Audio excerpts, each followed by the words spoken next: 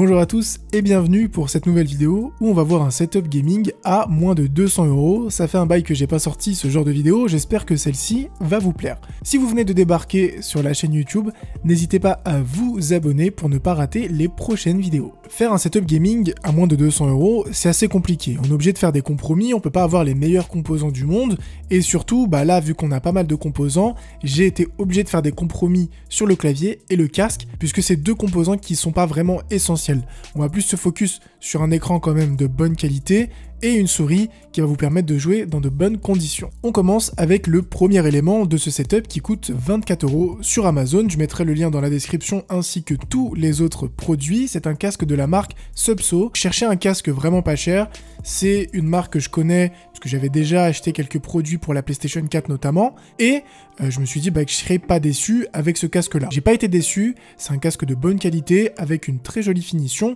Et qui dit casque gamer dit lumière LED. Ce casque a une lumière vert fluo. C'est pas vraiment un vert fluo, mais il faut quand même voir que c'est un vert qui flash assez. Moi personnellement, j'aime bien. Au niveau de la qualité de finition et des matériaux, on va se retrouver avec un casque en plastique et un arceau en acier. Ce que j'aime bien sur ce casque, c'est que le microphone est lui aussi rétroéclairé en LED verte. Le casque est confortable, la qualité audio est propre et le son du micro est correct. Pour son prix d'ailleurs, je vous laisse écouter la qualité du micro de ce petit casque. On teste la qualité du micro pour le casque et pour le prix, ça peut aller. On a quelques bruits en fond, mais on peut les retirer avec Audacity très rapidement.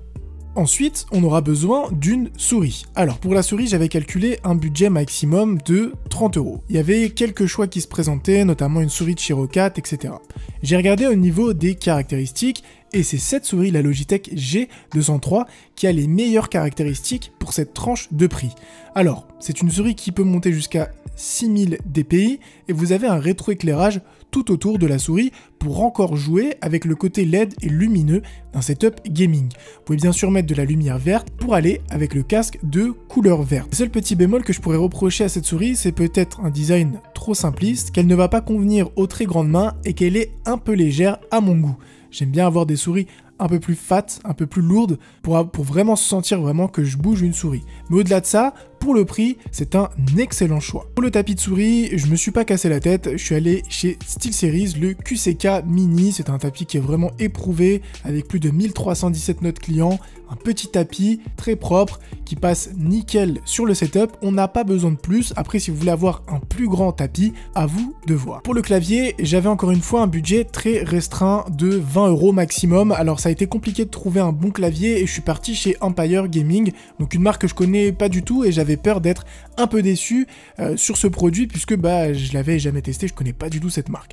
Donc pourquoi j'ai choisi cette marque et pas une autre, puisque on a 19 touches en anti-ghosting, vous avez un rétroéclairage LED, vous avez 12 raccourcis multimédia et en plus de ça, c'est des touches semi-mécaniques. Enfin, semi-mécaniques, c'est une sensation mécanique, mais c'est pas vraiment des touches mécaniques. Donc le clavier, une fois arrivé, j'étais assez surpris, ça passe nickel. Le petit bémol, le rétroéclairage est pas ouf, voilà, c'est vraiment du rétroéclairage pas bas de gamme, mais voilà, c'est pas le même rétroéclairage que vous allez trouver sur un clavier SteelSeries ou un clavier Logitech. Mais pour le prix, 17 €, ça passe crème sur le setup et on n'a pas besoin finalement d'avoir un clavier ultra complexe, ultra stylé pour un setup aussi peu cher. Et enfin, la pièce maîtresse de ce setup, il s'agit de l'écran. Alors c'est un Asus, le VP228H, un écran de 21.5 pouces Full HD 1920 par 1080 avec 1 ms de temps de réponse qui est nickel pour le gaming et pas mal de petits gadgets comme la technologie Asus Game Plus qui va vous permettre d'optimiser votre image en fonction du jeu auquel vous jouez. Alors l'écran est actuellement en rupture de stock, mais ne vous inquiétez pas, ça arrive très souvent puisque c'est l'un des moniteurs les plus commandés sur Amazon pour cette tranche de prix.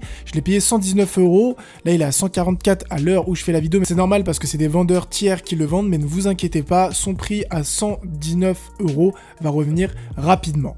Le petit bémol que je pourrais avoir sur cet écran, malgré qu'il ne coûte vraiment pas cher, c'est déjà sa taille, 21.5 pouces.